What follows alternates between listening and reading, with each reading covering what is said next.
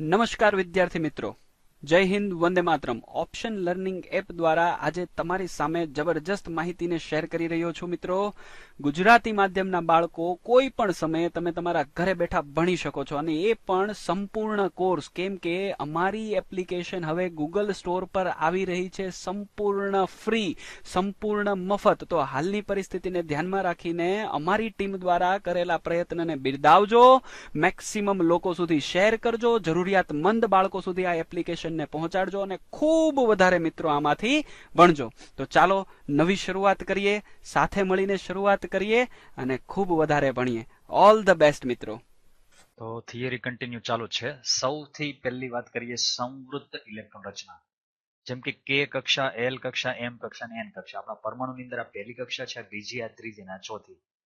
તો પહેલી કક્ષામાં મેક્સિમમ 2 ઇલેક્ટ્રોન સમાવી શકો, પછી બીજી કક્ષામાં 8, ત્રીજી કક્ષામાં 18, ચોથી કક્ષામાં 32. એટલે કે કક્ષામાં 2, એલ માં 8, એમ માં 18 અને એન માં 32. આ પ્રકારે જો તમે ઇલેક્ટ્રોન ગોઠવી દો કમ્પ્લીટલી તો સ્થાયી રચના થાય. હવે એમાં તમારે H2 ની રચના જોવી છે, મતલબ સહસંયોજક બંધની રચના H2 ની અંદર કઈ રીતે થાય એ સમજવું છે. ઓકે, હવે આપણે જાણીએ છીએ કે હાઇડ્રોજન છે એના માટે ઝેડ યાને કે પરમાણુ ક્રમ 1 છે. તો આવા સંજોગોમાં એને પહેલી કક્ષા જે છે એમાં 2 ઇલેક્ટ્રોન કરવાના થાય, એટલે 1 ઇલેક્ટ્રોન ઘટે છે. જેટલા ઇલેક્ટ્રોન ઘટે એટલાની ભાગીદારી થાય. તો અહીંયા આપણી પાસે એક હાઇડ્રોજન અને બીજો હાઇડ્રોજન. હાઇડ્રોજન આપણે 2 લેવાના તો H2 થશે. સમજાણું તમને? હવે દરેક હાઇડ્રોજનની છેલ્લી કક્ષામાં કેટલા ઇલેક્ટ્રોન છે? જવાબ છે 1. એને આપણે ચોકડી વડે બતાવી દઈએ. આ બંને પાસે એક એક ઇલેક્ટ્રોન છે. નાની નાની ચોકડી કરી તમે આને ટપકા ડોટ દ્વારા પણ બતાવી શકો છો. બરાબર? અને આ બેવને આપણે અહીંયા પ્લસ કરીએ, yani કે આપણે એને ભેગા કરી રહ્યા છીએ. તો એમ કરવાથી શું થશે? આ હાઇડ્રોજન ને આ હાઇડ્રોજન બંને નજીક નજીક આવ્યા અને ઇલેક્ટ્રોનની ભાગીદારી આપણે એને બતાવવાની છે. તો આ હાઇડ્રોજનનો એક ઇલેક્ટ્રોન, આનો, અને આ બીજા હાઇડ્રોજન છે એનો ઇલેક્ટ્રોન. બરાબર? આ રીતે કર્યું. હવે આપણે શું કરવાનું? એના ફરતે સર્કલ પાડી દેવાનું છે. જેમ કે અહીંયા સર્કલ પાડો તો આ હાઇડ્રોજનની પાસે 2 ઇલેક્ટ્રોન થયા. આ કઈ કક્ષા થઈ? કે કક્ષા થઈ. સમજાણું ને તમને? કઈ કક્ષા થઈ? કે કક્ષા.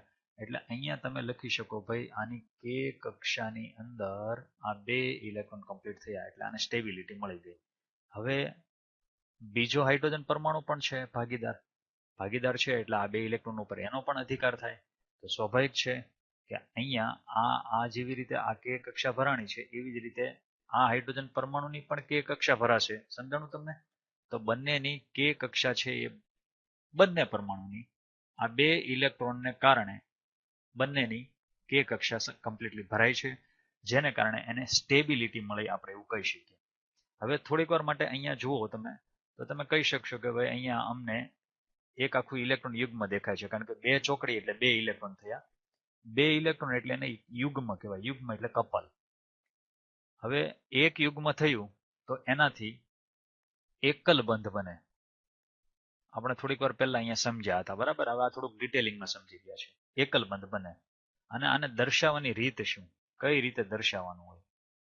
દર્શાવવાની રીત તો પહેલા હાઇડ્રોજન લખો, પછી અહીંયા એક યુગ્મ છે એટલે એક લીટી કરો, પાછો હાઇડ્રોજન કરો એટલે આ સિંગલ બોન્ડ થયો, અને પછી એને તમે સંયુક્ત રીતે લખવા માંગતા હોય તો H2 આ રીતે લખી શકો. ચાલો હવે આપણે ઉદાહરણ બીજું સમજીએ, જેમાં આપણે લઈશું O2 ની રચના. O2 એટલે ડાય ઓક્સિજનની રચના. કઈ રીતે થાય છે? ઓક્સિજનનો ઝેડ યાને કે પરમાણુ ક્રમ છે 8. હવે તમે જાણો છો એ પ્રમાણે પહેલી કક્ષામાં 2 ઇલેક્ટ્રોન આવે ને પછી 6 આવે. બરાબર? આ એની ઇલેક્ટ્રોન રચના થઈ. તો અહીંયા બરાબર ધ્યાનથી જુઓ તમે કેટલા ઇલેક્ટ્રોન ઘટે છે. તો અષ્ટક રચના પ્રાપ્ત કરવામાં 2 ઇલેક્ટ્રોન ઘટે છે અથવા 2 ઇલેક્ટ્રોન ખૂટે છે. બરાબર? તો જેટલા ઇલેક્ટ્રોન ખૂટતા હોય એટલાની જ ભાગીદારી કરે, એટલે જેટલા ઘટે છે એટલાની ભાગીદારી થશે. તો આના અષ્ટકમાં 2 ઇલેક્ટ્રોન ઘટે તો 2 ની ભાગીદારી કરશે. ઓકે, હવે બતાવવાનું કઈ રીતે? આપણી પાસે આ ઓક્સિજન છે, 2 છે ને? તો ઓક્સિજનની છેલ્લી કક્ષામાં કેટલા? 6 ઇલેક્ટ્રોન. 6 ઇલેક્ટ્રોન આપણે ડોટ સ્વરૂપે બતાવી દઈએ. ચાલો, 2, 4 અને 2, 6. હવે બીજો ઓક્સિજન તમે લઈ લો. બીજો ઓક્સિજન આપણે લીધો આ, એના ફરતે પણ આપણે આ છેલ્લી કક્ષામાં 6 ઇલેક્ટ્રોન છે એ બતાવવા પડશે. તો 2, 4 અને 2, 6. વચ્ચે આપણે શું કરી દઈએ, પ્લસની નિશાની, આ બે ભેગા થઈ રહ્યા છે. ચાલો આગળ વધીએ. બંને ઓક્સિજન O એન્ડ O. હવે અહીંયા જુઓ તમે, આ 6 ઇલેક્ટ્રોન છે એ બતાવવા તો પડશે જ. તો 6 ઇલેક્ટ્રોન લઈ લઈએ આપણે, 2 4 2 6. એવી રીતે આના લઈ લઈએ, 2 4 અને 2 6. હવે ભાગીદારીના જે આ 4 ઇલેક્ટ્રોન છે ને એના ઉપર આનો પણ અધિકાર થાય અને આ ઓક્સિજનનો પણ અધિકાર થાય. તો આપણે આના ફરતે આમ સર્કલ પાડીએ એટલે આ રીતે 8 ઇલેક્ટ્રોન થયા. અને એક સર્કલ આવું બનાવીએ તો આ જે વચ્ચેવાળા 2 ઇલેક્ટ્રોન યુગ્મ છે ને એના ઉપર આ બંનેનો અધિકાર થાય. ઓકે, હવે અહીંયા બરાબર ધ્યાનથી જુઓ તમે, કેટલા યુગ્મ છે? તો કે એક આ યુગ્મ ને એક આ યુગ્મ, એટલે 2 યુગ્મ થયા. 2 યુગ્મ હોય તો એનાથી હંમેશા દ્વિબંધ રચાયો છે એવું તમે કહી શકો. હવે એને દર્શાવવાની રીત શું, કઈ રીતે આપણે દર્શાવી શકીએ? સિમ્પલ છે. પહેલા O કરો, પછી પાછો O કરો, જેટલા યુગ્મો છે એટલી લીટી કરો, 2 યુગ્મ છે એટલે 2 લીટી કરો. હવે એ બેઉને ભેગા કરી દો તો O2 બન્યું. હવે જરા જુઓ, 8 ઇલેક્ટ્રોન થયા. બીજું આ K કક્ષા છે ને આ L છે, એટલે L ની અંદર કેટલા ઇલેક્ટ્રોન હોવા જોઈએ? 8. તો આપણે થોડીક વાર પહેલા વાત કરી હતી એ પ્રમાણે કે આની L કક્ષા છે એ કમ્પ્લીટ ભરચક થઈ છે, એવી રીતે આની પણ L કક્ષા કમ્પ્લીટ ભરચક થઈ. અને અહીંયા આપણે લખેલું હતું કે જ્યારે અષ્ટક રચના પ્રાપ્ત થાય તો એને સ્થાયિત્વ પ્રાપ્ત થાય. આ ખાસી એવી સ્ટેબિલિટી ધરાવતું હોય. પછી આ બેને તોડવું હોય તો ખાસી એવી તમારે ઉર્જા આપવી પડે તો આ તૂટે. ઉદાહરણ 3, N2 ડાય નાઇટ્રોજનની રચના કઈ રીતે થાય એ સમજવું છે આપણે. નાઇટ્રોજનનો પરમાણુ ક્રમ છે 7. એટલે જ્યારે તમે એની ઇલેક્ટ્રોન રચના બનાવો તો પહેલી કક્ષામાં 2 ઇલેક્ટ્રોન આવે અને પછી 5 આવે. તો એનો મતલબ એવો થાય છે કે અહીંયા 3 ઇલેક્ટ્રોન ઘટે છે. એટલે 3 ઇલેક્ટ્રોનની ભાગીદારી નાઇટ્રોજન કરી અને સહસંયોજક બંધ બનાવે. તો આપણી પાસે આ પહેલો નાઇટ્રોજન. હવે 3 ઇલેક્ટ્રોન ઘટે છે એટલે ભાગીદારી પણ કેટલાની કરશે? 3 ની કરશે. એટલે આપણે શું કરવાનું, 3 ઇલેક્ટ્રોન એના ફરતે ચોકડીના સ્વરૂપમાં આપણે બતાવી દઈએ. એટલે અહીંયા 1 2 3, બાકીના 2 અહીંયા. ટોટલ આપણી પાસે છેલ્લી કક્ષામાં 5 ઇલેક્ટ્રોન છે. એવી રીતે હવે બીજો નાઇટ્રોજન આપણે લઈ લઈએ. એના પણ આપણે 5 ઇલેક્ટ્રોન, પણ યાદ રાખજો કે તમારે અહીંયા 3 ઇલેક્ટ્રોન આ બાજુ રાખવાના અને 2 ઇલેક્ટ્રોન આ બાજુ રાખવાના. બરાબર. હવે ભાગીદારી જુઓ તમે, આ નાઇટ્રોજન, આ નાઇટ્રોજન, આ 3 ઇલેક્ટ્રોન પહેલા આપણે અહીંયા મૂકી દઈએ અને 2 ઇલેક્ટ્રોન અહીંયા પાછળ રાખીએ. આના 3 ઇલેક્ટ્રોન પાછા અહીંયા રાખી દઈએ આપણે અને 2 ઇલેક્ટ્રોન પાછળ રાખીએ. હવે શું કરવાનું છે, આપણે એના ફરતે સર્કલ બનાવવાનું છે. તો તમે જોઈ શકો છો આ રીતે સર્કલ કરો તો 8 ઇલેક્ટ્રોન થાય છે. એવી રીતે આ નાઇટ્રોજનનું તમે આમ સર્કલ બનાવશો તો આમાં પણ 8 ઇલેક્ટ્રોન થાય. 8 ઇલેક્ટ્રોન થાય એટલે કઈ કક્ષા સંપૂર્ણ થઈ કહેવાય? L કક્ષા. એટલે આની અંદર L કક્ષા એની સંવૃત થઈ, આમાં પણ L કક્ષા સંવૃત થઈ. આ પહેલી કક્ષા જે હતી એમાં 2 ઇલેક્ટ્રોન હતા, એ તો આપણે અહીંયા બતાવ્યા છે. બીજી કક્ષા છે જેને આપણે L કહીએ છીએ એ હવે સંપૂર્ણ થઈ L કક્ષા છે. એટલા માટે આ K છે, આ L છે, કે આમાં 8 ઇલેક્ટ્રોન થયા. રાઈટ. હવે અહીંયા બરાબર ધ્યાનથી જુઓ કે ટોટલી યુગ્મો કેટલા થશે. જવાબ છે કે આની અંદર ટોટલી 3 યુગ્મો છે. એટલે આપણે અહીંયા બતાવી શકીએ 3 ઇલેક્ટ્રોનના યુગ્મો. 3 યુગ્મ હોય તો કેટલા બંધ બન્યા કહેવાય? જવાબ છે 3 બંધ બન્યા કહેવાય. માટે ત્રિબંધની રચના થઈ. બીજું, આપણને પૂછે કે ભાઈ આને દર્શાવવું કઈ રીતે, એટલે કે દર્શાવવાની રીત. તો આપણી પાસે નાઇટ્રોજનના 2 પરમાણુ છે, એટલે એક નાઇટ્રોજન અહીંયા લખો અને બીજો નાઇટ્રોજન છે એ આ બાજુ બતાવો. એમની વચ્ચે 3 યુગ્મો છે એટલે 3 લીટી પાડી દેવાની. એનો મતલબ એવો થાય છે આ 3 બંધ છે, 3 સહસંયોજક બંધ છે. જો તમે 2 પરમાણુને ભેગા લખો તો N2 તરીકે લખી શકો. ઉદાહરણ 4, એમોનિયાની રચના, NH3 ની રચના. એમાં નાઇટ્રોજન પરમાણુ છે એની સંખ્યા 1 છે, હાઇડ્રોજનની સંખ્યા 3 છે. જેની સંખ્યા ઓછી છે એને કહેવામાં આવે છે મધ્યસ્થ પરમાણુ, અને હાઇડ્રોજન જે છે એ એની આસપાસ રહેલા પરમાણુ કહેવાય. તો નાઇટ્રોજનને તમારે કેન્દ્ર સ્થાને રાખવાનો થશે. હવે આમાં નાઇટ્રોજન અને હાઇડ્રોજન આ બંનેને આપણે અલગ અલગ લખી નાખીએ. તો નાઇટ્રોજન જે છે એનો પરમાણુ ક્રમ કેટલો છે? નાઇટ્રોજનનો પરમાણુ ક્રમ છે 7. એટલે ઇલેક્ટ્રોન રચના પ્રમાણે પહેલી કક્ષામાં 2 આવે અને પછી 5 આવે. હાઇડ્રોજન જે છે એનો પરમાણુ ક્રમ 1 છે, માટે એની એક જ કક્ષા છે જેમાં 1 ઇલેક્ટ્રોન આવે. હવે એક જ કક્ષા હોય તો એ કે કક્ષા હોય, અને કે કક્ષા કમ્પ્લીટ કરવા માટે તમે જોઈ શકો છો કે આની અંદર 1 ઇલેક્ટ્રોન ઘટે છે, એટલે 1 ઘટે એવું લખી નાખીએ. જ્યારે આ કે પછી અહીંયા એલ આવે, એલ કક્ષાને તમારે પૂરી કરવી હોય તો 8 ઇલેક્ટ્રોન હોવા જોઈએ, એટલે આની અંદરના ભાગમાં 3 ઇલેક્ટ્રોન ઘટે છે. કેટલા ઘટે છે? 3. તો સ્વાભાવિક છે કે આને 3 ઇલેક્ટ્રોન ઘટતા હોવાથી 3 હાઇડ્રોજન સાથે બોન્ડિંગ કરી શકે છે. ચાલો પહેલા આપણે નાઇટ્રોજન પરમાણુને બતાવી દઈએ. આ આપણો નાઇટ્રોજન પરમાણુ છે, એની છેલ્લી કક્ષાના 5 ઇલેક્ટ્રોન જરાક અલગ રીતે બતાવીએ. પહેલા હું અહીંયા 2 લખું છું, પછી આ 3, આ 4 અને આ 5. આવી રીતે 5 ઇલેક્ટ્રોન થયા. હવે આપણી પાસે કોણ આવે છે? હાઇડ્રોજન. તો હાઇડ્રોજન જે છે એને એકને અહીંયા મૂકો, બીજા હાઇડ્રોજનને અહીંયા મૂકો અને ત્રીજાને અહીંયા મૂકો. બટ હાઇડ્રોજન પાસે પોતાના ઇલેક્ટ્રોન કેટલા છે? જવાબ છે 1. તો એને તમે ડોટ સ્વરૂપે બતાવો, જરાક આનો અલગ ઇલેક્ટ્રોન પડે એટલા માટે. એવી રીતે આ હાઇડ્રોજનનો પણ 1 ઇલેક્ટ્રોન, એવી રીતે આનો પણ 1 ઇલેક્ટ્રોન થાય. હવે તમે ધ્યાનથી જોશો તો તમને ખ્યાલ આવશે કે આની અંદર નાઇટ્રોજન જે છે એનું અષ્ટક કમ્પ્લીટ થયું છે. જુઓ તમે, એટલે કે નાઇટ્રોજનમાં જે 3 ઘટતા હતા એ અહીંયા બ્લુ ડોટ વડે તમે જોઈ શકો છો કે એને મળી ગયા છે.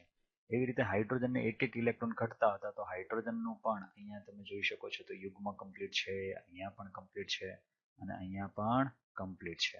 ઓકે, તો આ રીતે એમાં આ ઓક્ટેટ અષ્ટક પૂરું થઈ શકે. હવે થોડાક આ યુગ્મો વિશેની વાત કરવી છે ને, બરાબર સમજજો તમે. જેમ કે આ જે યુગ્મ તમને દેખાય છે એને બંધમાં ભાગ નથી લીધો, એટલા માટે એને અબંધકારક ઇલેક્ટ્રોન યુગ્મ કહેવામાં આવે છે. કેવું?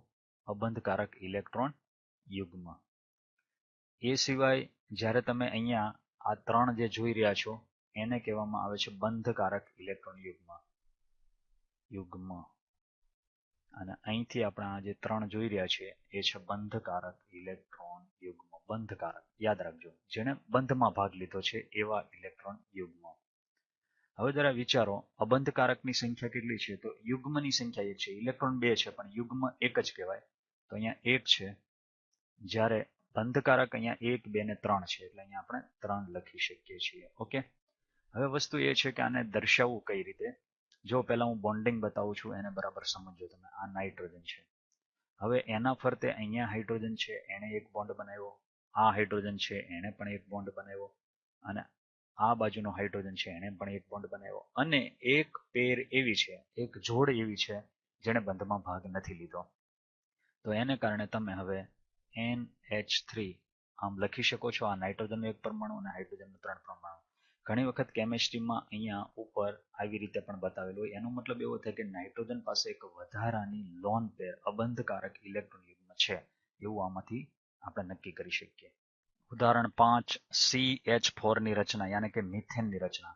હવે આમાં કાર્બનનો એક પરમાણુ છે અને હાઇડ્રોજનના 4 છે, તો ઓછા પરમાણુ કોના છે? કાર્બનના. એટલે કાર્બન જે છે એને મધ્યસ્થ પરમાણુ કહેવામાં આવે છે, અને એની આજુબાજુ રહેલા પરમાણુઓ છે.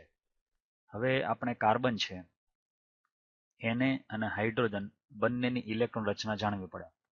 કાર્બનનો પરમાણુ ક્રમ છે 6, એટલે ઇલેક્ટ્રોન રચના પ્રમાણે પહેલી કક્ષામાં 2 ઇલેક્ટ્રોન આવે અને પછી 4 આવે છે. હવે આ બીજી કક્ષા છે એને આપણે કહીએ છીએ એલ કક્ષા.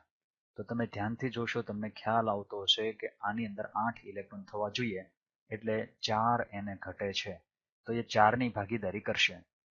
આ બાજુ હાઇડ્રોજન જે છે એનો પરમાણુ ક્રમ છે 1, એટલે એને માત્ર એક જ કક્ષા હોય અને એમાં એક જ ઇલેક્ટ્રોન આવે. પણ પહેલી કક્ષા એટલે કે કક્ષા, જેમાં 2 ઇલેક્ટ્રોન થવા જરૂરી છે, એટલે હવે 2 ઇલેક્ટ્રોન કરવા માટે આમાં 1 ઇલેક્ટ્રોન ખૂટે છે. આ કે કક્ષા છે, એટલે એ એક જ બંધ બનાવશે, કારણ કે એને 1 ઇલેક્ટ્રોન ઘટે છે. તો કાર્બનને તમારે મધ્યસ્થ બનાવવાનો, એટલે અહીંયા કાર્બન આપણે મૂકી દીધો. હવે કાર્બનની આજુબાજુ 4 ઇલેક્ટ્રોન છે, તો આપણે એને એક ચોકડી, બીજી, ત્રીજી અને ચોથી આમ 4 બતાવી દીધા. ચારે ચાર સાથે આજુબાજુ 4 હાઇડ્રોજન પરમાણુઓ બોન્ડિંગ બનાવશે. તો એક હાઇડ્રોજનને અહીંયા મૂકો, બીજાને આ બાજુ મૂકો, ત્રીજાને આ બાજુ અને ચોથાને આ બાજુ મૂકો. દરેક હાઇડ્રોજનના સેપરેટ ડોટ યાને કે અલગ અલગ ઇલેક્ટ્રોન આપણે બતાવી દઈએ. આ બધાના એક એક ઇલેક્ટ્રોન છે. હવે એમ કરવાથી કાર્બન જે છે એનું પોતાનું એક અષ્ટક પ્રાપ્ત થયું છે. તમે ધ્યાનથી જુઓ, અહીંયા 8 ઇલેક્ટ્રોન થઈ ચૂક્યા છે, રાઈટ. બીજું, આ હાઇડ્રોજનના અહીંથી 2 ઇલેક્ટ્રોન થશે, આ હાઇડ્રોજનના પણ 2 ઇલેક્ટ્રોન થશે, આના પણ 2 થશે અને આ હાઇડ્રોજનના પણ 2 ઇલેક્ટ્રોન થશે. એનો મતલબ એવો થાય છે કે હવે આપણે આ રીતે બતાવી શકીએ, અહીંયા કાર્બન છે જેની આ બાજુ એક સહસંયોજક બંધ, આ બાજુ ને આ બાજુ ચારે બાજુ એક એક સહસંયોજક બંધ છે અને ચારે બાજુ હાઇડ્રોજન પરમાણુઓ છે. ઓકે, તો આને તમે કહી શકો CH4 ની રચના થઈ, કારણ કે કાર્બન 1 છે, હાઇડ્રોજન 4 છે. આમાં સહસંયોજક બંધની સંખ્યા 4 થઈ. બીજું, આ બધા બંધકારક ઇલેક્ટ્રોન યુગ્મ છે, એટલે આ જે તમે જોઈ રહ્યા છો એ અબંધકારક ઇલેક્ટ્રોન યુગ્મ નથી, બંધકારક છે. કેમ કે એમણે બંધમાં ભાગ લીધેલો છે. બંધમાં ભાગ લીધેલો હોય એને બંધકારક ઇલેક્ટ્રોન યુગ્મ કહેવાય. એટલે આની અંદર અબંધકારક ઇલેક્ટ્રોન યુગ્મ નથી. તો બંધકારક ઇલેક્ટ્રોન યુગ્મની સંખ્યા કેટલી? 1, 2, 3 અને 4. યાદ રાખજો, યુગ્મો એની સંખ્યા આપણી પાસે આમાં 4 છે અને અબંધકારક ઇલેક્ટ્રોન યુગ્મ આમાં પૂછ્યા હોય તો એક પણ નથી. જ્યારે આમાં અબંધકારક ઇલેક્ટ્રોન યુગ્મ 1 હતું, કારણ કે આ સાઈડ કોઈ પરમાણુ દેખાતો નથી એટલા માટે. That's all. હવે આપણી સામે આ પ્રમાણેનો પ્રશ્ન છે. CO2 સૂત્ર ધરાવતા કાર્બન ડાયોક્સાઇડનું ઇલેક્ટ્રોન બિંદુ નિરૂપણ શું થશે? આપણી પાસે 2 તત્વો છે, એક કાર્બન અને બીજો ઓક્સિજન. કાર્બનનો પરમાણુ ક્રમ 6 છે, માટે પહેલી કક્ષામાં 2 ઇલેક્ટ્રોન આવે અને પછી 4 ઇલેક્ટ્રોન આવે, રાઈટ.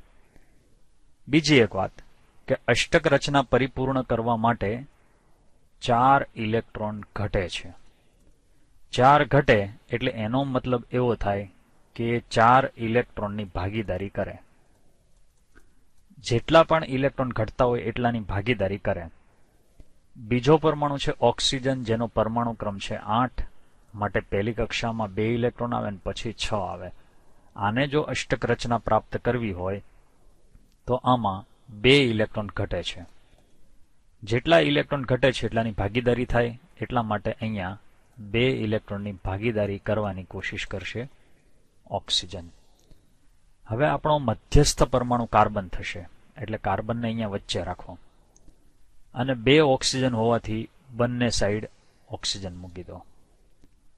ઓક્સિજનને 2 ઇલેક્ટ્રોન ઘટે છે માટે 2 ની ભાગીદારી કરશે. તો આપણે આ રીતે બતાવી શકીએ, ઓક્સિજનના 2, બીજા 2 અને આ 2, એટલે એના 6 ઇલેક્ટ્રોન થયા. આમાંથી ભાગીદારી કરશે એ અહીંયા વચ્ચે મૂક્યા છે. સેમ ટુ સેમ આ ઓક્સિજન પણ કરશે. 6 ઇલેક્ટ્રોન એટલા માટે બતાવ્યા છે, સંયોજકતા કોષમાં છેલ્લી કક્ષામાં જેટલા ઇલેક્ટ્રોન હોય એટલા આજુબાજુ તમારે બતાવવા પડે. કાર્બનની છેલ્લી કક્ષામાં 4 ઇલેક્ટ્રોન છે, માટે કાર્બનના 4 ઇલેક્ટ્રોન આપણે ડોટ સ્વરૂપે આ રીતે બતાવી શકીએ. હવે તમે જોઈ શકો છો કે ઓક્સિજનને પોતાનું અષ્ટક કમ્પ્લીટ થયું છે, કાર્બનને એનું પોતાનું અષ્ટક કમ્પ્લીટ થયું છે અને આ ઓક્સિજનને પણ પોતાનું અષ્ટક કમ્પ્લીટ થયું છે. અષ્ટક એટલે 8 ઇલેક્ટ્રોન. આ ઓક્સિજનની આજુબાજુ 2, 2, 4, 2, 6 અને 2, 8 ઇલેક્ટ્રોન થયા. કાર્બનની આજુબાજુ 2, 4, 6 અને 8 ઇલેક્ટ્રોન થયા. ઓક્સિજનની આજુબાજુ 2, 4, 6 અને 8 ઇલેક્ટ્રોન થયા. હવે આને લખવું કઈ રીતે? તો કે અહીંયા પહેલા ઓક્સિજન લખો. કાર્બન અને ઓક્સિજનની વચ્ચે 2 યુગ્મો છે એટલે 2 લીટી કરો. ફરી પાછા 2 યુગ્મો છે એટલે 2 લીટી કરો. લીટી એટલે સહસંયોજક બંધ. તો અહીંયા તમે જોઈ શકો છો કે કાર્બન અને ઓક્સિજનની વચ્ચે દ્વિબંધ છે, અહીંયા પણ દ્વિબંધ છે. એક કાર્બન પરમાણુ 2 ઓક્સિજન સહસંયોજક બંધથી જોડાયેલા છે. CO2 અણુની આ રીતે રચના થાય. સલ્ફરના 8 પરમાણુઓથી બનેલ સલ્ફર અણુની અંદર પરમાણુઓ છે અને 8 છે. ઇલેક્ટ્રોન બિંદુ નિરૂપણ શું થશે? પહેલી વાત તો એ કે સલ્ફરનો પરમાણુ ક્રમ આપણે જાણતા હોવા જોઈએ. 16 પરમાણુ ક્રમ છે. હવે ઇલેક્ટ્રોન રચના પ્રમાણે પહેલી કક્ષામાં 2 ઇલેક્ટ્રોન આવે, પછી 8 આવે, પછી 6 આવે, એટલે આ રીતે 16 ઇલેક્ટ્રોન થાય. હવે જો અહીંયા તમે અષ્ટક રચના પૂરી કરવા ધારો તો 6 ને 2 8 થાય, એટલે 2 ઇલેક્ટ્રોન એમાં ઘટે છે. જેટલા ઇલેક્ટ્રોન ઘટતા હોય એટલાની ભાગીદારી થાય, એટલે 2 ઇલેક્ટ્રોનની એ ભાગીદારી કરવાની કોશિશ કરશે. બટ તમારી પાસે માત્ર ને માત્ર બધા સલ્ફર પરમાણુઓ જ છે અને બધા સાથે તમારે બે બે ઇલેક્ટ્રોનની ભાગીદારી કરાવવાની છે. તો સલ્ફર 1, 2, 3, 4, 5, 6, 7 અને 8 આપણે આ રીતે સલ્ફર પરમાણુઓ દોરી દીધા. બરાબર. હવે દરેકની આજુબાજુ 6 ઇલેક્ટ્રોન તમારે મૂકવાના છે. એમાંથી તમારે આ રીતે 4 અહીંયા રાખવાના, પછી 2 અહીંયા મૂકી દેવાના, એટલે આ 2ની ભાગીદારી કરશે. હવે આના આ 4 અને 2 અહીંયા મૂકે, 2, 4 અને 2 અહીંયા મૂકે, આ 2, 4, 2 અહીંયા મૂકી દો. દરેકના 2 ઇલેક્ટ્રોન છે એ ક્રમશઃ ભાગીદારીમાં વચ્ચે તમે જોડતા જાઓ, કોઈ ઇસ્યુ નથી. બરાબર. તો આ રીતે થયા. ઓકે. હવે જુઓ, આ સલ્ફર છે એનું આ રીતે અષ્ટક થયું, આ સલ્ફરનું આ રીતે અષ્ટક થયું. જેમ જેમ તમે જોતા જશો એમ તમને ખ્યાલ આવશે કે આ એક ચક્રીય વલયાકાર રચના થાય છે. આ રીતે 8 ઇલેક્ટ્રોન દરેક સલ્ફરની આજુબાજુ છે. તમે પ્રેક્ટિસ કરી શકો છો આના પછી, જોજો તમે. આ રીતે થયા. હવે આને ટૂંકમાં ખરા અર્થમાં લખવું હોય તો કઈ રીતે લખવામાં આવે છે? તો આ સલ્ફર 1 આપણી પાસે 8 છે, આ 2, આ 3, આ 4 અને આ 5. પેલા આવી રીતે 5 ને બતાવો, પછી 6, 7 અને 8 આવી રીતે બતાવો. હવે તમારે એના બોન્ડિંગ બતાવવાના છે, કારણ કે દરેક સલ્ફર એકબીજા સાથે એટેચ છે. સમજાય છે તમને? તો પેલા 5 ને આપણે આ રીતે કર્યું અને આ 3 ને આવી રીતે કર્યું, પછી અહીંથી તમે આમ જોડી દો. હવે તમે ધ્યાનથી જોશો ને તો આ તમને મુકુટ જેવો લાગે, ક્રાઉન જેવું લાગે. ઇંગ્લિશમાં એને ક્રાઉન કહેવાય. દાખલા તરીકે હું અહીંયા એક મોઢું બનાવું આ રીતે આમ, તો આની ઉપર આમ સરસ મજાનો ક્રાઉન થયેલો હોય ને એવું તમને દેખાશે. રાઈટ? તો આને વલયાકાર અથવા તો ક્રાઉન સ્વરૂપ કહેવામાં આવે છે. ક્રાઉન એટલે મુગટ, અથવા તો શું કહેવામાં આવે છે? વલયાકાર. અને આ રચનાને આપણે કહીએ છીએ S8, કારણ કે આમાં સલ્ફરના 8 પરમાણુઓ એકબીજા સાથે જોડાયેલા છે. પાણીના અણુનું સાચું ઇલેક્ટ્રોન બંધારણ નીચેનામાંથી કયું છે? પાણીનું સૂત્ર છે H2O. રાઈટ? એમાં 2 પરમાણુઓ છે, એક હાઇડ્રોજન છે અને બીજો ઓક્સિજન છે. હાઇડ્રોજનનો પરમાણુ ક્રમ 1 છે એટલે એની ઇલેક્ટ્રોન રચનામાં 1 ઇલેક્ટ્રોન આવે. ઓક્સિજનનો પરમાણુ ક્રમ 8 છે એટલે પહેલી કક્ષામાં 2 આવે અને પછી 6 આવે છે. તો આપણે H2O માં ઓક્સિજન જે છે એને મધ્ય સ્થાને રાખવાનો છે અને એની આજુબાજુ 6, અને જ્યારે ભાગીદારી કરશે એટલે ટોટલી અહીંયા 8 ઇલેક્ટ્રોન કરશે, મતલબ અષ્ટક રચના આ ઓક્સિજન કરશે. તો તમે જોઈ શકો છો કે આ ઓક્સિજનની આજુબાજુ 4 ઇલેક્ટ્રોન છે, જેના કારણે આ ન આવે. અહીંયા 6 ઇલેક્ટ્રોન છે એટલે આ પણ ન આવે. પણ આ ઓક્સિજનની આજુબાજુ અહીંયા 8 ઇલેક્ટ્રોન દેખાઈ રહ્યા છે, એટલે અત્યારે હાલમાં આની શક્યતા ખરી. અને અહીંયા કેવું છે? તો 2 ઇલેક્ટ્રોન અહીંયા ને 2 ઇલેક્ટ્રોન અહીંયા ને 2 અહીંયા, ટોટલી 6 થયા. 8 થવા જોઈએ નથી. બરાબર? તો હવે તમે આને બરાબર ધ્યાનથી જુઓ. જે આ 2 ઇલેક્ટ્રોન છે એ, આ 2 ઇલેક્ટ્રોન છે 4, 4 ને 1 આ 5, 5 ને 1 આ 6. આ 6 ઇલેક્ટ્રોન કોના છે? જવાબ છે ઓક્સિજનના. અને આ બંને હાઇડ્રોજનના સિંગલ ઇલેક્ટ્રોન છે, આ 1 અને આ 2. આ બંને હાઇડ્રોજનના સિંગલ ઇલેક્ટ્રોન છે. બરાબર? એટલે C સ્ટ્રક્ચર છે ખરું બનશે.